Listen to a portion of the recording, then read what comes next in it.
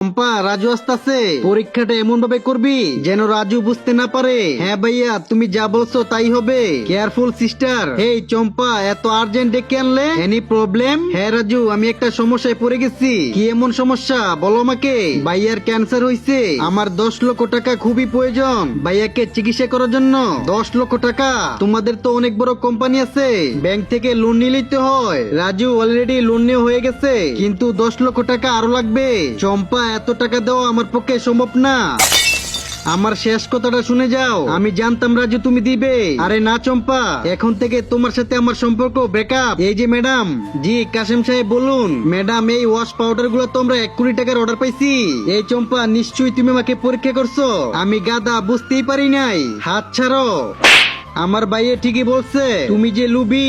চম্পা, আমাকে ক্ষমা করে দাও। এই ছোট লোক, এখান থেকে চলে যা। টাকার চেয়েও বেশি মাকে ভালোবাসলে ভিডিওতে লাইক, চ্যানেল সাবস্ক্রাইব